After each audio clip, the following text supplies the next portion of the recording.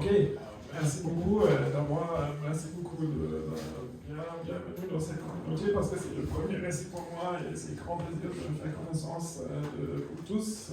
Je connaissais déjà beaucoup de monde, mais c'est vraiment un événement génial. Merci beaucoup. Donc, comme déjà dit, je suis là maintenant pour vous présenter un peu le projet de la chaire Cybersérie. La chaire Cybersérie est une chaire. Ah oui, qu'est-ce que je veux faire avec la présentation? Donc, je veux bien vous informer ce que nous faisons, je veux bien vous motiver de collaborer avec nous dans la chaire, je veux bien aussi identifier les candidats pour le recruiting, comme les autres, beaucoup les autres, et je veux aussi bien vous inviter à participer à des nouveaux événements que nous organisons au sein de la chaire.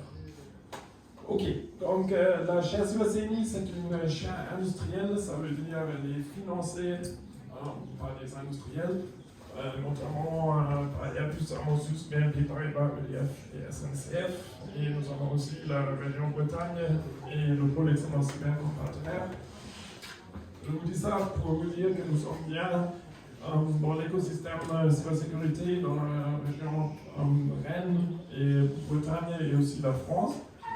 Et pour vous montrer qu'une chaire industrielle, c'est une possibilité de travailler étroitement avec les industriels et avec plusieurs industriels. Et ça, c'est quelque chose qui est super pour les doctorants parce que comme ça, ils sont en contact avec plusieurs entreprises. Et en même temps, ils sont chez nous avec les encadrements chez nous. C'est une chaire IMT qui est hébergée à IMT Atlantique avec aussi les doctorants à Télécom Paris et Télécom Sud Paris. Donc, il y a aussi beaucoup de gens ici qui font partie de la chaire. Et la chaire est toujours des phases des 3 ans de financement et on est en train de lancer la phase 3. Donc, la phase de signature, c'est en train de se terminer pour le moment. La chaire, le plus important dans la chaire, ce sont les gens. On n'a pas encore une photo de la groupe parce qu'il y avait le Covid et les gens sont venus, etc.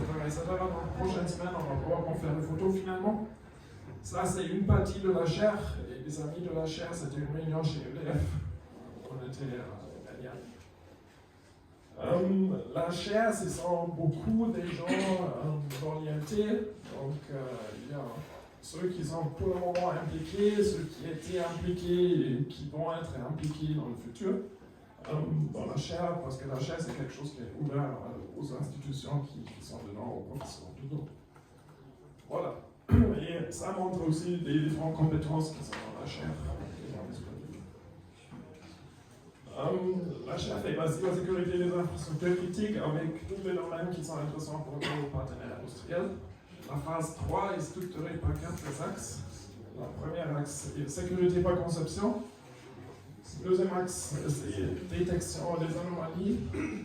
Troisième axe, c'est mitigation des attaques, résilience. Et quatrième axe, qui est un peu spécial avec notre chaire, c'est l'humain dans la boucle. Donc l'interface de la cybersécurité vers l'humain. Les outils que nous utilisons sont les mêmes que les autres utilisent aussi. Donc les machine learning, distributed ledgers, les ethics, sont aussi des aspects qui sont intéressants et naturellement les mouvements numériques. Donc pour illustrer un peu ce qui se passe dans la chaire, parce que c'est une très grande chaire cybersécurité en France, on a beaucoup de thèses qui sont distribuées dans les 4 axes que je vous ai montrés au début. Voilà, peut-être je dis brièvement quelque chose parce que c'est un transport principal. Donc on fait aussi SDN, NFV, placement des pare-feux, comment est-ce que je peux assurer que les politiques de sécurité sont vraiment assurées dans le système. Regarder avec les GAN comment est-ce que je peux avoir un équilibre entre l'attaquant et l'attaqué. Faire de l'apprentissage fédéré, Léo est présent avec nous ici. Il est heureux de discuter plus de ça avec vous. On fait la détection des attaques avec les canaux auxiliaires, mais là on utilise pour le moment le son pour faire ça. On a des jumeaux numériques, c'est Joachim qui était aussi présent avec nous, qui a ce sujet-là. On a des jumeaux numériques et la cyber-résilience, et on a des interfaces pour la cybersécurité. Voilà. Donc les verts, ce sont les postdocs On est en train maintenant d'embaucher un postdoc pour Cybersecurity for Connected Global Systems, ensemble avec SNCF. Et on a aussi en recherche, donc les rouges, ce sont ceux qui sont ouverts pour le moment, qui sont dans la phase 3. Comme ça, on est en train de les recruter. C'est un postdoc pour la Collaborative Cybersecurity. Il y a un PhD pour Modular Digital Twin-Based Cyber Resilience. Il y a un PhD pour Code Ledger, donc ça c'est sur les logiciels, comment est-ce que je peux assurer que les parties du logiciel ils sont up-to-date si je fais le compiling. On a une thèse sur le piloting avec notre testbed, je vais montrer ça dans une seconde. Une sur crypto watermarking et distributed ledgers, comment est-ce que je peux améliorer le trust dans les algos AI. Et on a aussi un postdoc sur sécuriser les logiciels dans un système. Et un PhD qui a juste commencé aussi sur les interfaces multimodales et l'interaction dans le VR. Parce que ça, c'est quelque chose qui ne font pas beaucoup de monde, mais qui est très intéressant. Et on a aussi un ingénieur sur notre plateforme d'expérimentation. Voilà. Donc ça, c'est le plus important, que vous savez un peu, ok, qu'est-ce que nous faisons, parce que ça permet de faire de la collaboration. Après, ça, ce sont les postes ouverts pour le moment. Donc, comme on est juste en train de lancer la phase 3, il y a beaucoup de postes qui sont ouverts.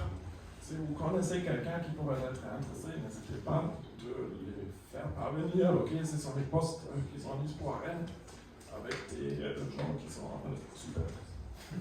Ok, donc action ici, Inform Friends. Voilà. Naturellement, on fait aussi de la recherche, donc c'est une publication, mais je ne vais pas aller dans le détail ici.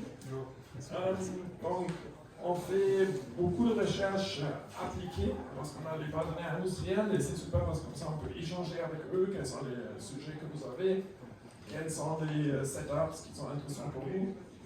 Et sur ça, on regarde toutes les choses IT, OT, toutes les architectures locales Edge Cloud, on regarde des bâtiments connectés, des smart mobility, data center, industrie du futur, aussi sujet cœur pour nous. Côté testbed, on a quelque chose d'intéressant parce qu'on a un testbed cyberphysique qui est vraiment aussi physique. Donc ça, ce sont des usines miniaturisées qui sont pilotées par des automates industriels. Et sur ça, on a un système normal SCADA. Et ce qui est intéressant, c'est pourquoi j'ai connecté mon laptop. C'est qu'on peut aussi faire ça tourner. Et c'est vraiment intéressant. Donc si vous êtes proche de Rennes, n'hésitez pas à nous visiter pour le regarder. Et ça, avec l'ingénieur, ça c'est en train d'être intégré pour le moment dans un testbed pour faire même plus d'explication de la recherche appliquée. Ok. Donc ça c'est notre bâtiment, un cube noir qui est un cache Faraday ultra grand parce qu'il est en métal. Dedans, on a aussi une ZRR pour traiter les données plus sécurisées même plus. Une chose qui est aussi intéressante pour nous, c'est de fournir les datasets. Comme on a juste entendu, c'est important et c'est super. Et nous, on essaie aussi de créer des datasets pour les partager, pour permettre aux autres de aussi faire de la recherche. Parce que, comme beaucoup les autres, on a aussi identifié qu'il manque des datasets communs. Une chose que nous lançons pour le moment, c'est aussi un platform sur le quantum computing. Donc là, il y aura aussi un événement dans les mois à venir pour voiturer ça. À part de ça, on a une speaker series qui est une fois par mois. On va faire une PhD School qui va être fin août à Berlin cette année. On fait des MOOC et on fait des actions avec le tech. Et naturellement, on fait de la recherche, peut-être avec vous aussi.